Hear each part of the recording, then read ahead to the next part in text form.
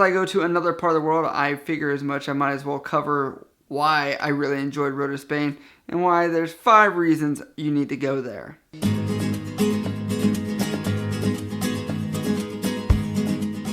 What is up, guys? You're tuning into Nikki MGTV for another military video for all your military video needs. As always, you can hit me up on Instagram, Snapchat, or down in the comments below. And as always, we have a live stream every Friday, 7 p.m. California time, where I answer your questions live.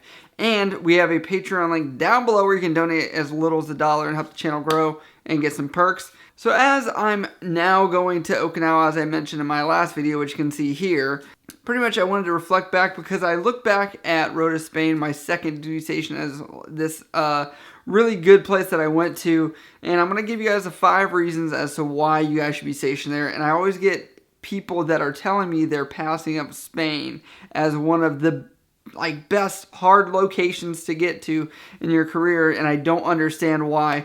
So I guess I should list those reasons why you guys need to go overseas to these locations. So the first one is weather. You're going to be like, I don't really know Spain for the weather, but particularly southern Spain, where you're going to be at if you choose Rota, Spain, is going to be one of the best places you could be in Europe, which I think is actually overlooked compared to many other places that are considered warm in Europe. Now I'm going to give you guys total disclosure here. I didn't even know where Rota was at until after I was selected for Rota, and I was like, how far is that from Barcelona and Madrid? To find out, it's like 5 hours to 6 hours south of Madrid, and then it's actually 10 hours from Barcelona, which, mind you, flights are so cheap to both those cities that it really, no one drove there. But it was easily accessible if need be. But the weather is key because it's very much just like here where I live at in San Diego, where the summers are not particularly too hot, and then the winters are not particularly too cold. The winters you're looking at probably around like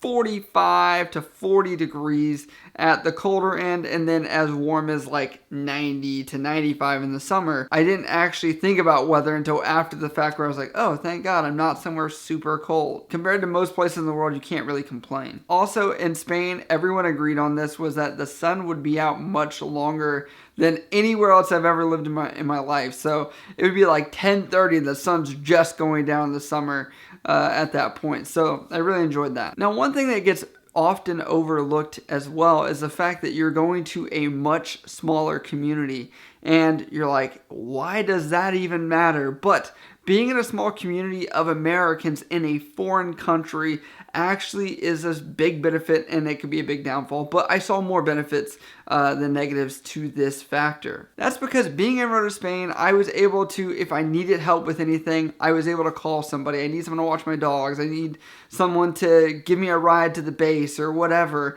It was the fact that I could easily have people that were there for me, just like if they needed something, I was there for them. Definitely watch people's dogs, and they'd watch my dogs, and it was just a big community. It was just really the beauty of seeing a community of Americans be able to come together with this common mentality or common situation.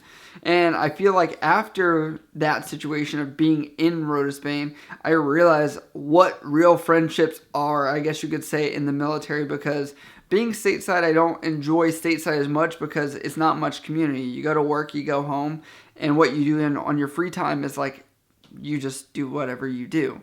However, when I was overseas, it was like, oh, let's all hang out. We work together, let's hang out together, let's travel together. It was just like this big group of people. You could not go anywhere without running into people or talking with them. So a typical trip to the commissary or the Navy exchange never ended quickly. You always ran into friends no matter what, so that was good. I did mention walking, and it is a city or area that's easily able to be walked depending where you're at. Most people are going to be in Rota. For the audience that's here, if you're single, if you're with a family, you're probably going to live on Puerto de Santa Maria, which is on the other side, which you will need to drive more so, but there's better restaurants there. But Rota, the city right outside the base, is actually very easily able to be walked straight down to the beach, straight out the gate. Also, this is great because you're going to have friends that live all over Rota. So say, for example, you want to go out and party downtown, you'll walk over to their house, hang out for a little bit until like 12 p.m. when finally things start heating up, and then you end up walking downtown, and that way you don't need to have an Uber. You can choose to have a taxi, which was good because they were pretty cheap, even like €5.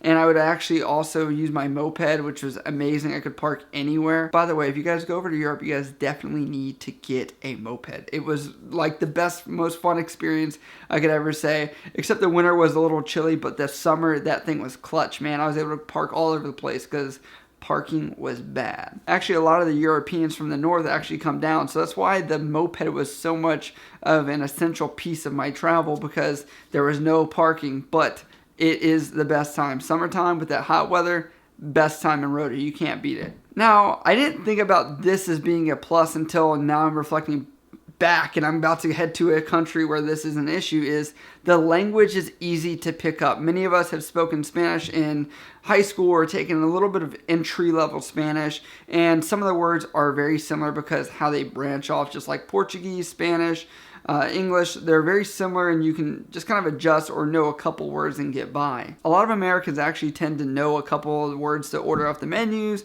or get around, but a lot of you guys are Spanish speakers already, so that's actually even more of a benefit for you guys because you get to experience the culture that a little bit more, even though people are going to know that you're not a Spanish person due to your accent, but it's definitely a plus side for you guys. Now, the last thing, which is also a bad thing, which I can explain, is how relaxed the culture is. Even the military base, I felt was very relaxed. And that's not like relaxed like lazy, but I'm just saying relaxed of like, you were kind of incorporating Spanish culture and American culture all at once, so I really enjoyed that. Now, relax, I mean, like, we depended on Spanish people for stuff like different offices on base. So a lot of times you were working out their schedule, so there was some conflict between Spanish holidays and there's conflict between American holidays. So it's kind of crazy how sometimes there was stuff that was open on American holidays, which was good, and then sometimes where it was bad on the Spanish side, where you're like, I didn't plan for this. I didn't know it was this special day. But the relaxed culture actually was very slow. It was low stress, which I really enjoyed personally. And I didn't realize that I actually missed that relaxed culture until I left Spain. And then I came here to San Diego, where it's just rush, rush, rush, get in traffic. And there's really no traffic in Spain in Rota, where I was at. Actually, had never really hit traffic on any of my travel in Spain, but definitely there. It was very slow paced, which I really enjoyed because you get to relax and enjoy it and like get off work and go to the beach and hang out and go to the little tents that are out there that are serving drinks, and you can hang out and actually enjoy the view. And you go out to eat, and then it's a 2-hour evolution. You're never going to eat in under an hour typically at any Spanish restaurant because they're not going to give you that great customer service of pushing you guys out the door with a check after like 30 minutes. The only downfalls were when you wanted to get lunch, for example, and nothing was open besides like McDonald's or Burger King. And then if you had something that you had to do, you would be luckily able to find that place open if their hours posted on the door or the internet were even correct. But looking back, as long as you had nothing like that was urgent that you needed done right away, you typically didn't have any issues. But if you did have something you needed done, we called it getting Spained, because it was just that sore thing that would just, it was like salt to the wound, like you already got to get something done.